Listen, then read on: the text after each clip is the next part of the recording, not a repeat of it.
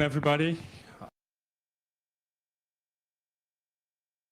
Our next speaker will be Philippe Hoffa, telling us about analyzing millions, what is trillions of lines of OS, billions lines of OS code with one query. So give him a big hand. And the floor is yours. Thank you very much. Thank you for being here. Yes, I'm Philippe Hoffa.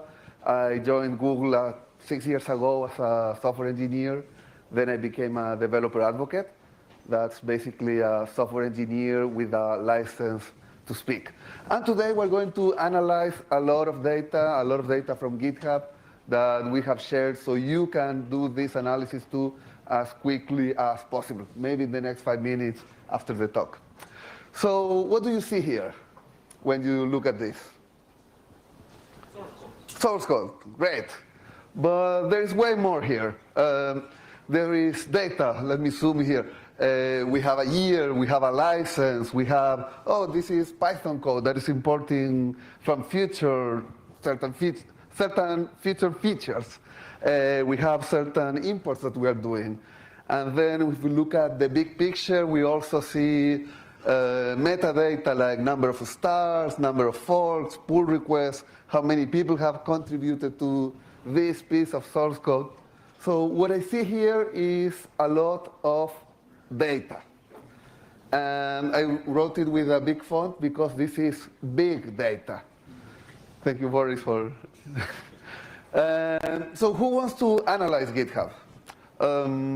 Project maintainers. If you own a project, you want to know how popular your project is, who is following your project. It's not only about the number of stars. You want to do change management. Should I add new features? Will I break people that are using my project? Is my project healthy? How's the community behaving? How am I behaving on issue closing? And project users want this kind of data too. They want to know what are similar projects to follow. They want to know how to request features, how to better express themselves, how to use data when asking for changes. And project users, even before becoming a project user, you have to convince yourself, or you can have to convince other people on should I use this project or not. And having data to do so is great. And data lovers. If you love analyzing data just for the sake of it, that's me.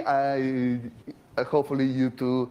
And there's a lot of other people that are helping us use this data and get better metrics to drive open source. We are using 3 main datasets. There are 3 main datasets that I will talk about today. GitHub Archive was the first one that I saw. Ilya Grigorik started this one in 2012. That has so far 8.7 billion events that are events published by GitHub hour by hour, and we are getting updates every hour. Recently, I added to my list of datasets GHTorrent. That has been a separate project for a long time, but now I have it on BigQuery too, where we take the same events that GitHub Archive has, but we go way deeper. We are linking more metadata, more. We have a graph of data of what everything means, who is each person, etc. And then the data set we added last year is the source code taken from GitHub. We put it on BigQuery, so you could analyze even the source code and what's happening there. And that's a lot of code. I mentioned BigQuery. Who knows BigQuery? Excellent, so many people know it. When I started 3 years ago, not so many people knew it. But just quickly, for anyone that doesn't know what it is, it's a service from Google that lets you analyze a lot of data in very few seconds without setting up anything. It's just there. You can load its web page, or you can use the REST API. And even better, I can share data with you. Any of these data sets, or any data set that you load here, if you want to share it, you can share it instantly. And everyone has 1 free terabyte to analyze it every month. You don't even need a credit card. So, for example, let me show you quickly BigQuery in case you have never seen it. I have pretty big fonts here, but basically you can load a web page, you can load a query, and you can run your query here, and in very few seconds it will analyze terabytes of data. In this case, I'm analyzing more like 1.7 gigabytes of data. And this query takes 6 seconds or 15 seconds, and I got results that I will explain you now what I'm doing. So, for example, top projects by stars on 2016.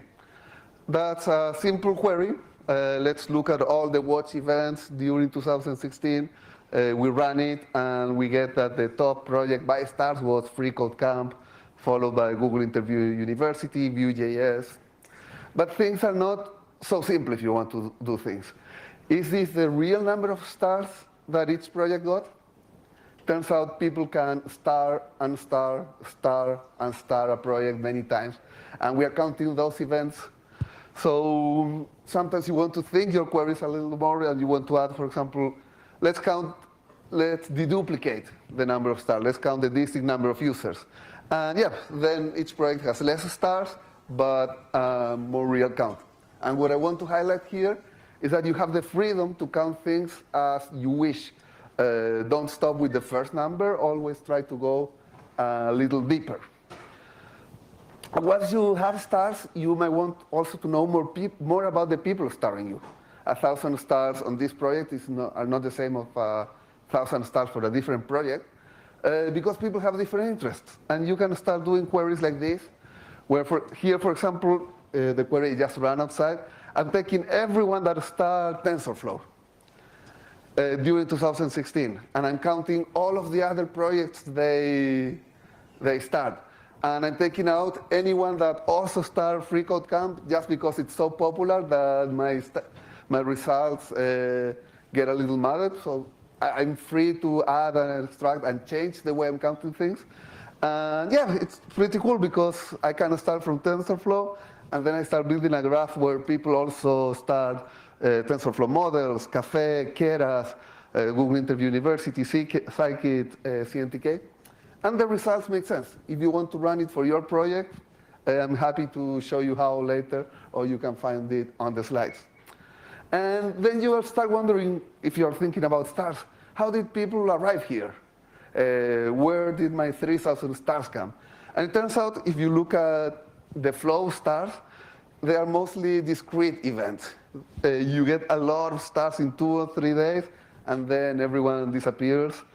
And these events have a lot to do, for example, with being shown on the Hacker News front page. So here the small annotations that you might not be able to read show every time these projects showed up on Hacker News. And the fun thing here is that I didn't need to add these annotations manually, because in BigQuery I'm also storing Hacker News posts, comments, and I'm able to write a simple query, or not so simple, but it's one SQL query, and I'm able to join social media with number of stars. I can start identifying how social media affects my projects. Health, let me go quickly through this.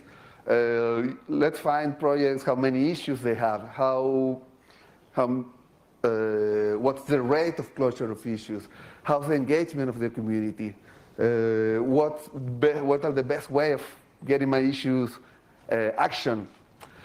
Simple query, these are the projects that had more issue comments during this month in 2016.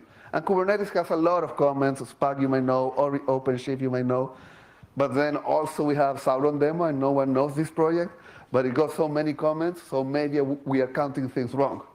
What if we started counting instead the number of people? How many people were really commenting?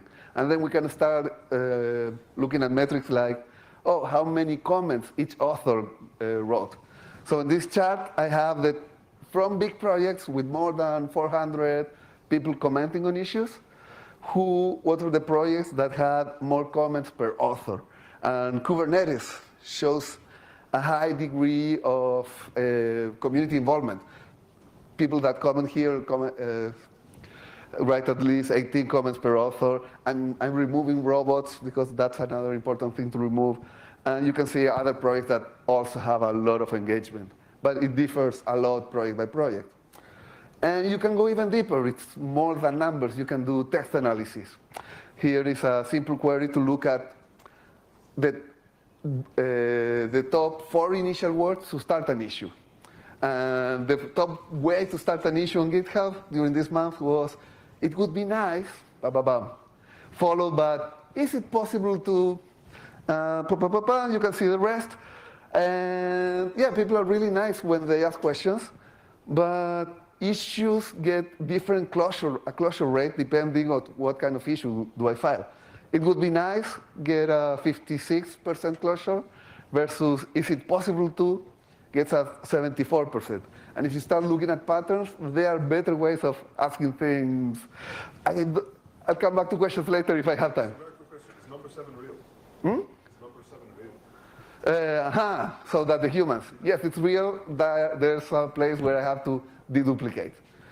Yeah, I have some minutes left. Let's talk about the code, the data set that we released last year. I had the pleasure of announcing this, but there's a lot more people working here. There are some Googlers, people at GitHub that allowed us to make this data set real, where we are taking the code from GitHub, replicated on BigQuery. You can find the table online. The last screenshot I took, this is 1.79 gigabytes of data, terabytes of data, 200 million rows, and each one represents a lot of files. If you look at the main table, you can see that files have been deduplicated.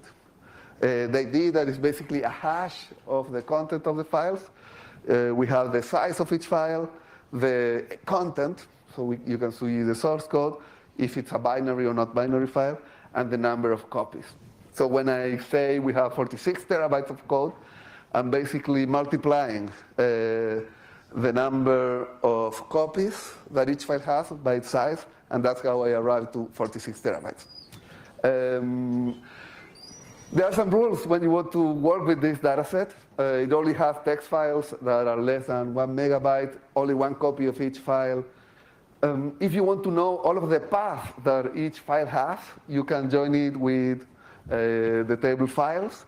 But don't join it to get all of the contents deduplicated, because you end up with 46 terabytes of code, and that's not really what you want. You want to be duplicate files, and not really you want something you want as a result. But whenever you want to analyze this, take your, try to extract what you're interested in, all of the Java files, all of the Go files, all Java files created in 2016, etc. And I left a table with a way smaller sample of 10% of the content of the top projects, and that's a faster way to start and not get all your free quota, not use all your free quota in the first day. This data set only has open source projects from GitHub. How can we tell that something is open source or not, that it has a valid license? We use GitHub license API. So if you want to see your project replicated here, if you want your project to count, make sure that GitHub can tell its API. This uses the licensee project, and there are some licenses. Sometimes people modify licenses in ways that the API cannot detect it. Please look into that, so to make sure that it's being detected. That your project is open source, and that a robot can tell that your project is open source. Some examples I did analyzing code. Take the top Java imports in 2013, take the ones from 2016, and let's see what had the biggest growth. The results I got here is that we got a lot more Android imports, we got a lot more injection imports, and a lot of Mockito tests. We can go deeper on how this happened, but thank you for testing your code. Or I love this example of how to request a feature. Someone was asking, hey, I would love if the package time had the time until method. And then the Go team analyzed, should we add this or not? And Francesc, who is giving a talk right now in a different room, if he's looking at the